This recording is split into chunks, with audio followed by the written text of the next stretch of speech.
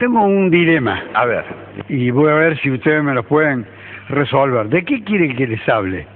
De la ridícula, elitista, discriminatoria denuncia contra el juez federal Norberto Ollarvide, porque en un momento de esparcimiento, de no trabajo, haya actuado, haya concurrido, haya cantado, haya tocado un instrumento, etcétera, en un festival cuartetero o en una actuación cuartetera, o quieren que les hable de lo que hoy puede llegar a empezar a ocurrir con motivo de la muerte de 3 personas con el Ford Ka hace un par de años, después de la salida de un boliche de la zona donde abundan este tipo de negros. La verdad que los dos temas tan interesantes. Los dos temas tan buenos. Tan buenos. Podrías sintetizar uno y podemos negociar. Sí.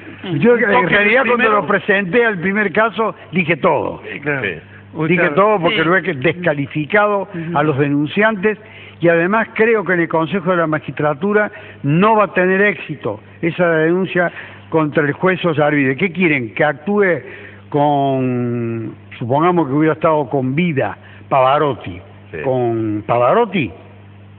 O que toque el piano en el Colón.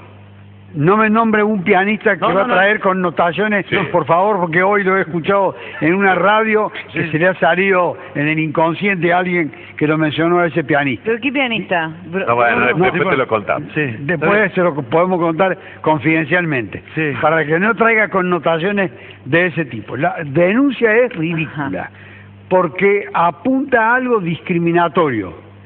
Y la música cuartetera, al margen del intérprete que puede gozar o no de la simpatía de la gente, de todo, de poco, de mucho, es una cuestión completamente ajena al tema. La cuestión es saber si alguien puede distraerse, disfrutar, participar de un acontecimiento determinado, libre y espontáneamente. No afecta ni el decoro, ni el buen nombre, ni la reputación. Me voy a ocupar del tema del Ford Ka. Está bien. 3 muertos, 3 inocentes víctimas. Un conductor que ha quedado acreditado fehacientemente era un verdadero irresponsable, no irresponsable penalmente, irresponsable por todo lo que hizo. Primero, con la responsabilidad que viene de la autoridad municipal de la comuna donde él obtuvo la habilitación para conducir, no estando en condiciones de hacerlo, no sabía ni siquiera estacionar marcha atrás el vehículo, que tuvo que pedir un auxilio. Aparentemente podría haber estado alcoholizado, desgraciadamente no se le hizo el dosaje alcohólico porque se encontraba en condiciones de ser hospitalizado y tratado de urgencia. Ahí había 3 víctimas, como dije, 3 víctimas inocentes de este accidente. De las 7 que iban en el auto. De las 7 que iban en el Ford Ka. Accidente, entre comillas, sin controles ni policiales ni comunales respecto al expendio de bebida y al estado de las personas. Es decir, todo concurre a que se establezca definitivamente y no haya ninguna duda que este muchacho que está siendo juzgado con la acusación de homicidio doloso, por dolo eventual, que tiene una pena de 8 a 25 años y se encuentra en libertad a la espera del pronunciamiento que vaya a dictar el juez de la Cámara Séptima del Crimen que lo juzga. Matías Castro. Matías Castro se llama el conductor del vehículo. Sí, señor. Y se abren 3 alternativas. Alternativa 1, que se mantenga la acusación y en consecuencia lo único que resta es decir cuántos años de prisión le corresponde, de 8 a 25 años. Alternativa 2, que el juez diga, el fiscal, todo parece indicar que el doctor Amoedo, que es el fiscal que está actuando en este caso, va a pedir la condena por homicidio con dolo eventual. Es decir, que este muchacho se representó la posibilidad de un accidente en el modo en el que conducía, en el estado en el que se encontraba, la velocidad que le había impreso el vehículo, etcétera, se representó y menospreció las consecuencias que eso podía traer como resultado inevitable de su actuar. Le va a pedir la condena, probablemente, le va a pedir la condena por dolo eventual. Es decir, con un mínimo de 8 años de prisión. 8 mínimo. Sí. Mínimo 8 años. La defensa va a plantear la cuestión de que se trata de un delito culposo, que tiene hasta un máximo de 5 años y un mínimo de 2 años de prisión. De 2 a 5 años, pidiendo que la condena no permita que este hombre vaya a la prisión. Claro, es decir, 2 años es una condena de ejecución condicional, una condena en suspenso. Los querellantes van a pedir lo mismo que el fiscal, es decir, el homicidio con dolo eventual.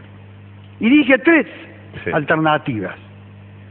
Una tercera alternativa, el juez podría llegar a hacer 2 cosas. Una, declarar que el hecho no es doloso, sino culposo. Quiere decir por imprudencia, eso quiere decir culposo, por imprudencia. Y podría aplicarle una pena de cumplimiento efectivo, que andaría cerca del máximo, entre 4 y 5 años. Muchos especulan que esta podría ser la pena que el juez finalmente aplicaría. Pero se ha abierto una tercera alternativa, que el juez diga, es un delito doloso, tiene mucha importancia para la enorme cantidad de causas de este tipo que hay en todo el país. Hay, no se olviden, asociaciones de víctimas de los accidentes. Bueno, el papá de uno de los chiquitos fallecidos, de uno de los chicos fallecidos, ahí integra una de estas. De Manuela Gorriti. Hay el papá de Manuel, sí. Hay varias asociaciones y una de ellas preside precisamente este abogado, el colega Gorriti, sí, cuya hija falleció allí y que estaba apurada por volver esa madrugada porque tenía que entrar a trabajar a las 10 de la mañana. Bien, esta tercera alternativa es la más sugestiva de todas. No sé si se llegará a consumar, y se la digo en 2 palabras. El juez puede llegar a decir, este es efectivamente un homicidio doloso, dolo eventual. Sí. ¿Por qué? Porque se representó, porque ya dije, la forma en que conducía, etcétera, que podía sobrevenir un accidente, reventar un neumático, tocar otro vehículo, ser rozado por otro, irse contra la banquina, no tener el control suficiente del vehículo. Y eso es un dolo eventual. Triple homicidio por dolo eventual. 3 muertes por el mismo hecho. Pero aquí está la variante número 3. Diría, lo digo en potencial porque no me consta, pero sé que andan por ahí con una discusión en su conciencia. Ustedes van a decir, ¿cómo sabe lo que pasa en la conciencia de un juez? Bueno, yo puedo saber qué pasa en la conciencia de un juez porque soy un curioso y ando averiguando. Está bien. Y esta curiosidad me ha llevado a pensar que el juez diría, efectivamente, es un delito doloso. La pena es de 8 a 25 años, pero esa pena es inconstitucional. ¿Por qué? Porque es una pena desproporcionada. ¿Y por qué es una pena desproporcionada? Tiene que ser declarada la norma que la aplica, el artículo 79 del Código Penal, de 8 a 25 años debe ser declarada inconstitucional en su mínimo, no en el máximo, en su mínimo, y en consecuencia ponerle una pena más baja que la de 8 años. Que el mínimo. Esto va a ser discutido, va a ir al Tribunal Superior de Justicia, en el Tribunal Superior de Justicia se lo van a modificar, van a decir que eso no es inconstitucional, van a llegar a la Corte y también le van a decir que no es inconstitucional. Pero el juez puede resolver eso. Entonces cabe la alternativa de que hoy, o el día que decida resolver, no sé si le alcanzarán, porque van a ser muchos alegatos, hay muchas partes en el proceso, el mínimo de 8 años no lo aplicaría aún declarando que el homicidio es doloso, porque es una pena exagerada según lo que entiende, de acuerdo a los parámetros de racionalidad que debe tener, es decir, una pena desproporcionada. Mientras tanto, Matías Castro va a continuar en libertad. El último aspecto es este. Corresponde que la sentencia comience a ejecutarse. Eso de acuerdo a la jurisprudencia en Córdoba. En el país no ocurre eso. Se tienen que agotar los recursos. Pero en Córdoba, desgraciadamente, cuando la Cámara dicta la sentencia, puede ordenar la inmediata detención de la persona. Y eso podría ocurrir con Castro. Si lo condenan a una pena mayor de 3 años por ser culposo, como si lo condenan por ser doloso a una pena menor que la de 8 años. Sí, yo quería hacerle una pequeña preguntita de otro tema, si es que ya terminó. ¿Terminó? ¿Ya está? Sobre el tema callejeros. ¿Cuánto tiempo tiene el tribunal para determinar la pena que les corresponde, a sabiendas de que Patricio Fontanet va a estar tocando el 30 de este mes en Santa Fe, como si nada hubiese pasado?